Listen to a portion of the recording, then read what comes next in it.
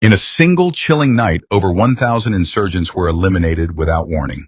No negotiations, no hesitation, just a sudden blaze from above. Backed by elite ground forces, 3 drones unleashed devastation over the Arbinda Corridor, transforming it into a graveyard of smoke and silence. How did Burkina Faso, once seen as weak and overwhelmed, orchestrate the most decisive ambush in Sahel history? The answer goes far beyond brute force.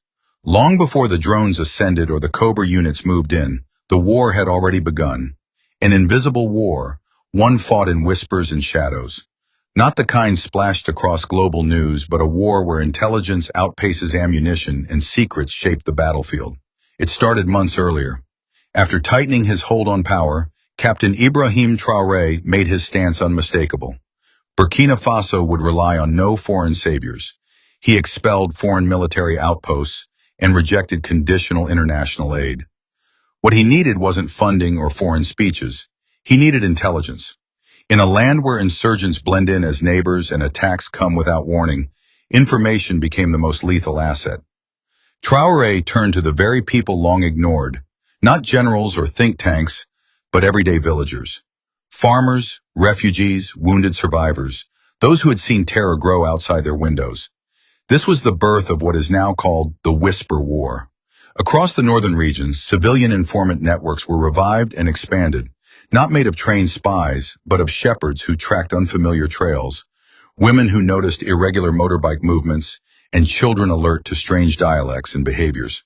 From their fragments of knowledge, a clearer view formed, one that no satellite or drone ever captured. And rather than sending this intelligence to distant desks, it was immediately processed by agile Burkina-born tactical units ready to act fast. But information alone wasn't the endgame. Traoré needed foresight. This wasn't about reacting, it was about predicting, about stopping attacks before they began. And that's when he rewrote the battlefield playbook entirely. Captain Ibrahim Traoré introduced a revolutionary shift in strategy. He dismantled the outdated system of isolated military departments and established a unified command where local intelligence from informants was seamlessly integrated with drone surveillance. Civilian volunteers, known as the VDP, Volunteers for the Defense of the Homeland, were no longer sidelined. They now operated shoulder to shoulder with the country's top military strategists in real-time coordination. What emerged was rare in modern combat, a decentralized, grassroots intelligence web. And soon that network began identifying an escalating danger. Reports trickled in, then surged. Insurgents were amassing in the Arbinda Corridor. This wasn't a routine raid. It was a mobile army in the making, ferrying weapons and fighters preparing for something massive. But their fatal mistake? Overconfidence. Historically, Burkina Faso's forces had struggled to catch such buildups in time. The militants assumed this would be no different. What they didn't know was that compact surveillance drones, some barely larger than birds, had been silently shadowing them for days. These drones, enhanced by Burkina Faso's own engineers, not foreign contractors, soared above, mapping every movement. Some loitered overhead for hours, cloaked by sunlight. Others darted ahead to scout out ambush locations. Meanwhile, snipers received training in newly identified kill zones. VDP forces quietly constructed hidden bunkers near strategic choke points. Helicopter crews drilled for nighttime strikes. But despite all the preparation, every soldier was given a singular command: wait. Patience was the key weapon. For nearly 2 months, the convoy was observed like prey.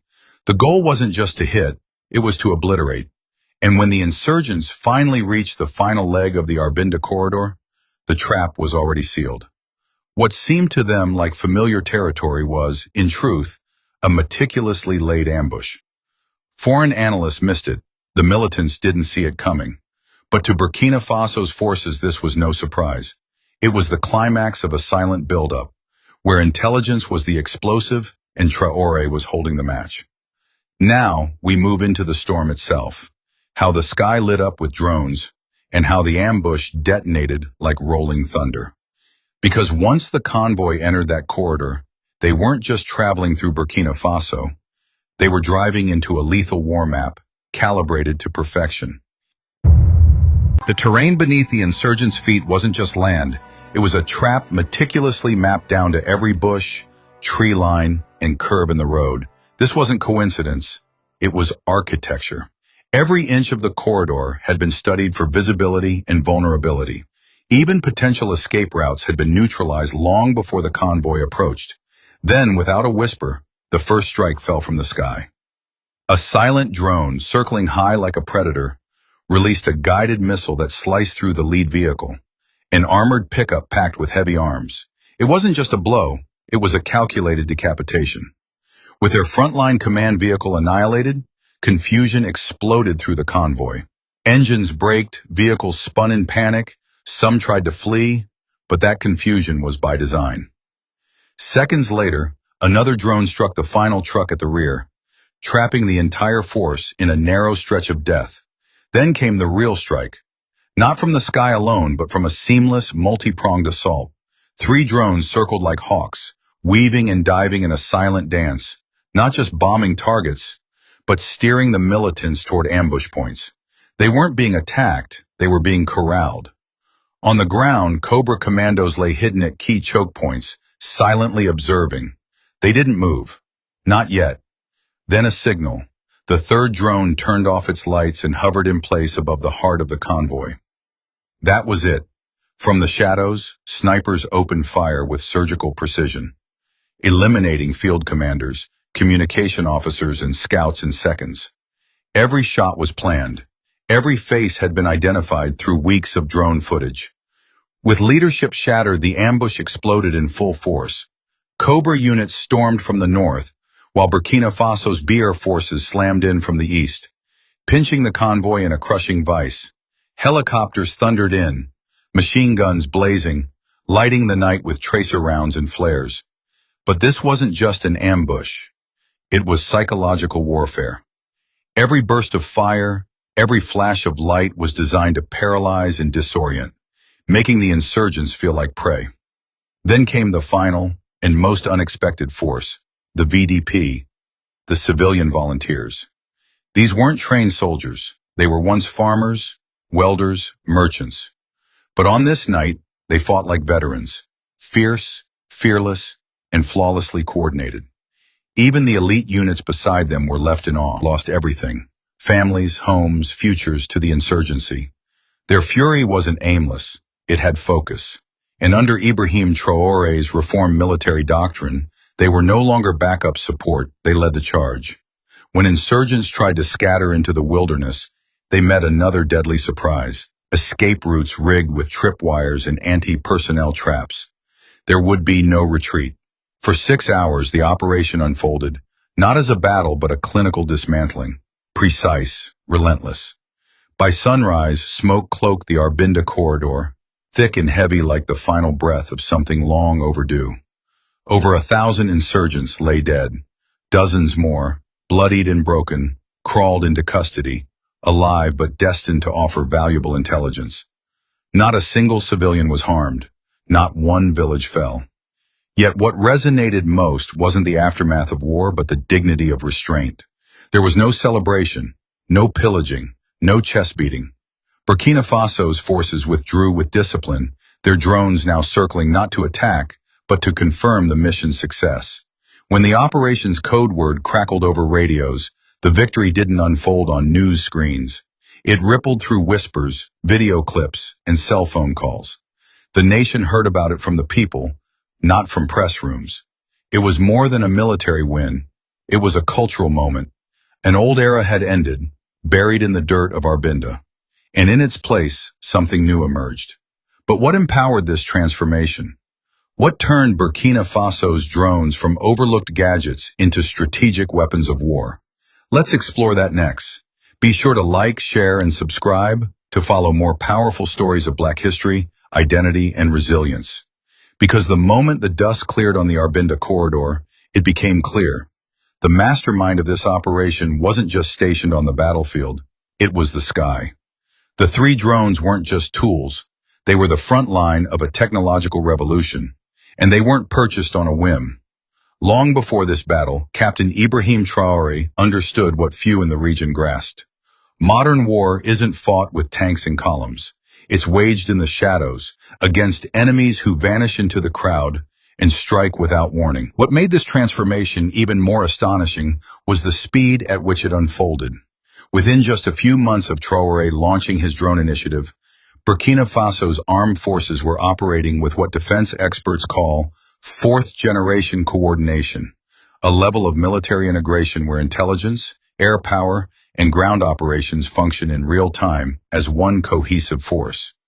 It's a standard many wealthier nations still struggle to reach. Yet here was a once-overlooked, landlocked country in West Africa, long underestimated and considered defenseless, now conducting precision drone strikes paired with coordinated ground assaults that sent even seasoned insurgents fleeing in chaos. This wasn't just a technological upgrade, it was a complete redefinition of national leadership. Under Traoré, leadership moved beyond titles and ceremonial appearances. He emerged not just as a president, but as a visionary systems architect, someone who understood that real sovereignty isn't just about drawing borders, it's about owning your infrastructure, your data, your skies. His drone strategy became a powerful statement. We don't need your old playbooks, we're designing our own. As footage of the operation went viral and media outlets praised the unprecedented effectiveness of Burkina Faso's military, a deeper question emerged. What message was Captain Traoré really sending? To his people, to the insurgents, and to the international powers still circling the Sahel like predators. Victory can be electric. It lifts spirits, rallies patriotism, and shuts down doubters. But it also breeds a new and dangerous force, expectation. The ambush at Arbinda wasn't just a battlefield success. It shattered an old identity and created a new one. Burkina Faso, no longer the hunted, but the hunter. In one night, the country transitioned from being seen as vulnerable to becoming a symbol of bold self-determination in the Sahel. Traoré had done more than win a battle. He'd rewritten the narrative. But that victory came with a cost, a new standard. What he demonstrated was that when a nation decides to rely on itself, to innovate rather than imitate, it can reshape its destiny.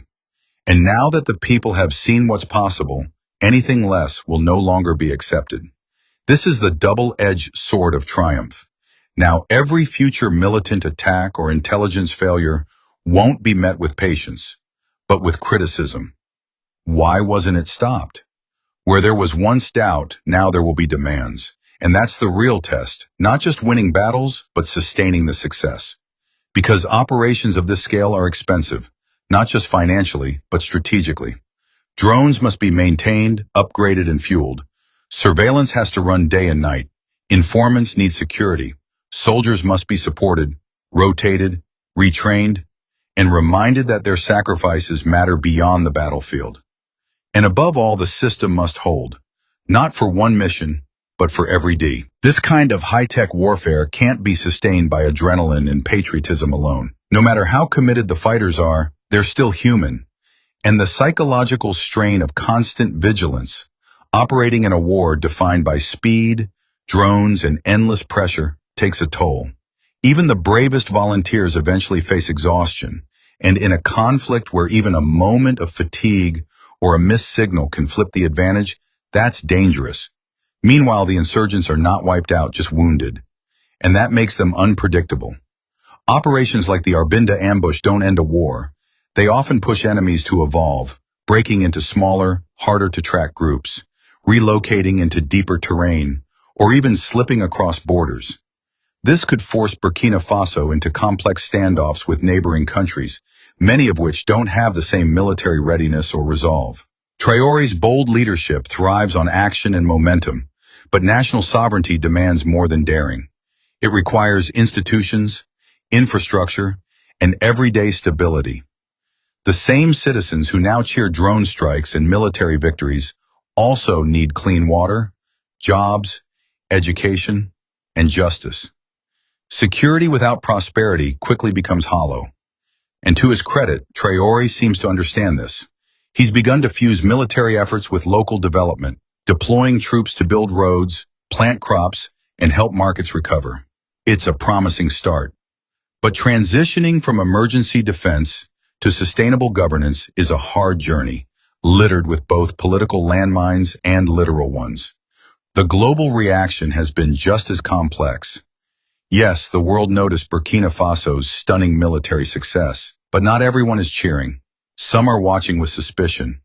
How did a sanctioned country coordinate such an advanced assault? Who's supporting them now? And will other African nations try to copy this model? These aren't minor questions. They're potential geopolitical earthquakes. Burkina Faso is no longer a passive state waiting for Western instructions. It's now a symbol of independence, of defiance, of what might be possible. That symbolism makes it powerful, but also vulnerable. To insurgents, to manipulation, to outside agendas. Because true sovereignty isn't just about kicking out foreign troops or striking down convoys.